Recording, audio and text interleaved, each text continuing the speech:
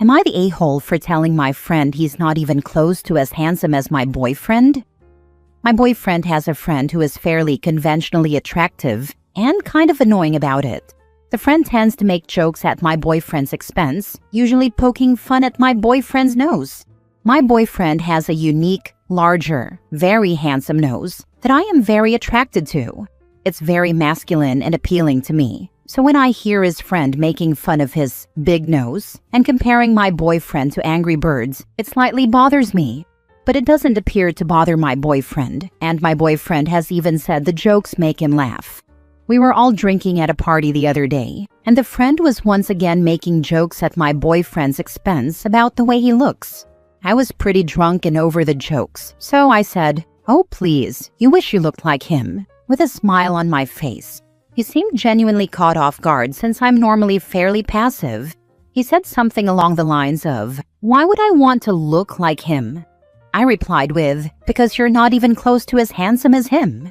I thought it would come across as flirty and cute because I'm his girlfriend, so of course I think he's the most handsome in the world. I thought it would be a nice ego boost for my boyfriend as well, since he was getting dogged on for his nose all the time. My boyfriend enjoyed my response, but his friend seemed actually hurt by what I said.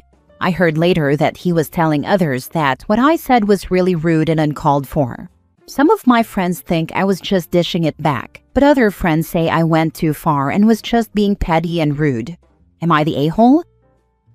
Now for the top comments. Not the a-hole for defending your boyfriend. If his friend can't take it, he shouldn't dish it out. This is the answer. No one should be commenting negatively on anyone's features regardless, but if you're going to be the jerk who does it, you better be ready for rebuttals. Not the a-hole. And if these friends are so insulted by you, his girlfriend, saying your boyfriend is the most handsome one in the world, then they're really kinda ish. He's supposed to be their friend, but for them to be this upset over a light-hearted comparison, yikes.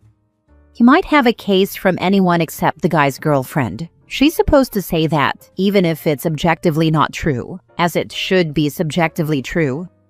Not the a-hole. You don't need to glaze some guy that's actively putting your boyfriend down. He's making these jokes because he's insecure. That's the end-all be-all, which is why he overreacted to your comment. It was, in his mind, confirmation of his own fears and insecurities.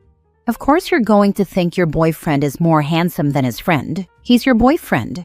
Getting hurt over a comment like that wouldn't make sense unless he is already insecure over his looks and/or wants to date you himself. Yup, the friend is hella jealous lamau. Probably wants to be with her and is giving insults as a result of his jealousy. I'd probably stop being friends with him, but it's your life. You do you. You should probably ask your boyfriend why he lets this person get away with being a turd.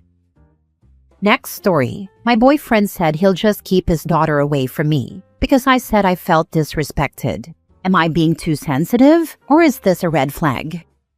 Hi Reddit. I'm a 27 female, and I've been dating a 37 male for over a year. He has a 5-year-old daughter, and as things have gotten more serious, I've tried to be thoughtful and respectful in how I show up. Not just for him, but in how I connect with his child and family. But something happened recently at a family dinner that really hurt me, and I'm trying to figure out if I'm overreacting or if this is something more serious. We were at a dinner for his mom's birthday. His daughter was sitting in the booth behind me and kept tapping me on the back of the head over and over. It wasn't aggressive, but it was physically repetitive, and I probably let it happen 5 or 6 times and didn't say anything. I didn't want to cause a scene or make her feel bad. She's a kid. Eventually, his mom noticed and said something to him in Spanish, telling him to have her stop. That's when he turned to me and asked, "Do you feel disrespected?" I said, "Yeah, I kinda do." And instead of taking that seriously or stepping in, he immediately said, "Too bad." Then he turned to his daughter and said, "Keep doing it," jokingly. But of course she's 5. She took that as a green light and kept doing it. What really hurt me wasn't the tapping itself. It was that I communicated how I felt in a calm, honest way, and he made it into a joke. He didn't step in or make me feel protected. And when I brought it up later in private, I tried to be clear about that.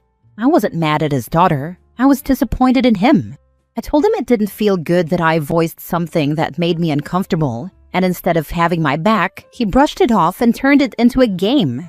That's when he said something that really shocked me. He told me that if I thought something like that was a big deal, then the only solution is to just keep his daughter away from me going forward. That if I can't handle small things like that, it's only going to get worse, and one day I'll probably make him choose between me and his kid. He also made a comment that I'd probably only take care of my own kids, as if I'm incapable of caring for someone else's child. To be clear, I have never asked him to choose. I've gotten his daughter small gifts, showed up with warmth and grace, and I've gone out of my way to respect the dynamic between them. But every time I set a boundary, even one as simple as saying this felt disrespectful, he makes it seem like I'm the enemy, like I have a problem with her. His go-to response is to remove me from this situation entirely, as if I'm a threat instead of a partner. He's also mentioned that he's never had to balance being a father and being in a relationship at the same time, and he doesn't know how it's supposed to work. I do understand that. I know it can be complicated, and I know this is new for him. But I also believe that being new at something doesn't give you permission to shut down your partner every time they express a need. So, am I overthinking this? Or is this as big of a red flag as it feels?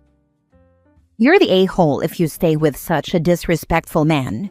Even his mother tried to correct him. He's already showing you how your future will be. It's not that complicated. He is an immature prick, and you should put as much distance as you can between you. You are not important to him in the least. Not the a-hole unless you stay with him. And a crappy parent. There is no way on earth I would let my kid get away with behavior like that, as it is not appropriate. There is a time and a place for everything. That situation was neither the time nor the place. I don't care who she was tapping. I would not be in a relationship with this dude at all. Crappy parenting is a full stop. Not the a-hole. His own mother told him to make her stop. He's immature, and it is a red flag he's going to the extreme measure because you voiced your opinion. He's a parent, and when his kid is acting up, is he always going to give in to her whims? You may need to distance yourself from him until he starts to get being a parent and boyfriend under control. Please do not distance yourself from him. Leave. 10-year age difference, and he has not been in a relationship and been a parent? This says a lot about the relationship he had with the bio mom. You are not the a-hole. Bingo. She didn't even voice the disrespect or discomfort. He was prompted by an outside party to ask her. He obliged and asked her, and they proceeded to disregard her. Ever wonder why he's a 37-year-old man with a child and is not in a relationship? Why didn't the mother stay with him? Unless she passed away or abandoned them both, in which case, sorry. Next story. Am I the a-hole for refusing to push my niece to go to her stepmom for female problems when she prefers to come to me? My niece Addie, 14 female, is the child of my older brother and my late best friend Cam. Cam died from an infection when Addie was 6. When Addie was 7, my brother started dating again. He met Jess after several dates, and they got married after a year of dating. Jess was nice enough to start with, and she and Addie got along fine. But Addie didn't get closer to Jess like my brother and Jess expected, and when any issues came up, she would turn to me for help and not Jess. I was the one she told when she got her first period, when she started getting cramps, and also when she had concerns about her periods or other developmental stuff. Jess was jealous, and she asked me to step aside and let her take care of Addie as her new mom. I told Jess I would not turn Addie away from me if she came to me. My brother and Jess spoke to Addie, and she told them Jess wasn't her mom and that she found it easier to talk to me. She didn't want to work on making it easier to go to Jess for this stuff. When Addie was newly 12, my brother limited contact between me and Addie for several months because he was hoping it would encourage her to speak to Jess about, to quote my brother, female problems. But after several months, he told me he needed me to step in again and be there for Addie because she was bottling it all up.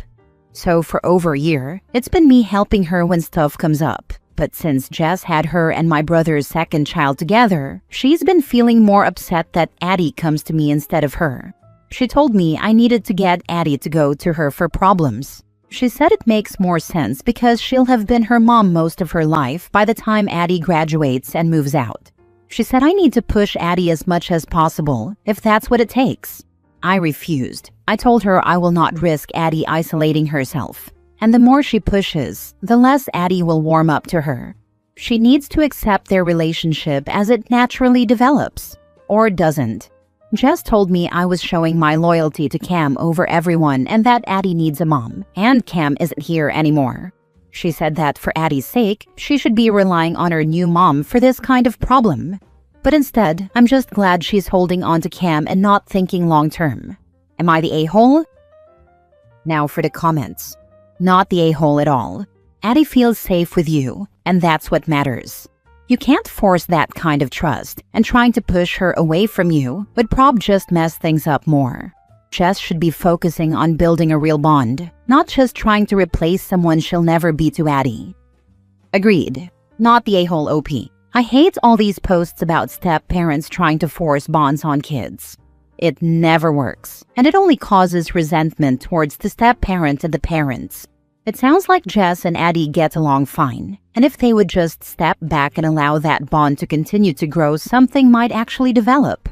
It might never be what Jess actually wants, but it will be more than what they are getting now by pushing so hard. If this is true, Jess couldn't be more wrong, and your brother should continue to step up and do the right thing for his daughter by allowing you to continue being an important part of Addie's life. The teenage years are so tough, and if you are who she is comfortable going to, then so be it. If she ends up isolated, all sorts of problems can develop. Also, Jess isn't her new mom, she is her stepmother.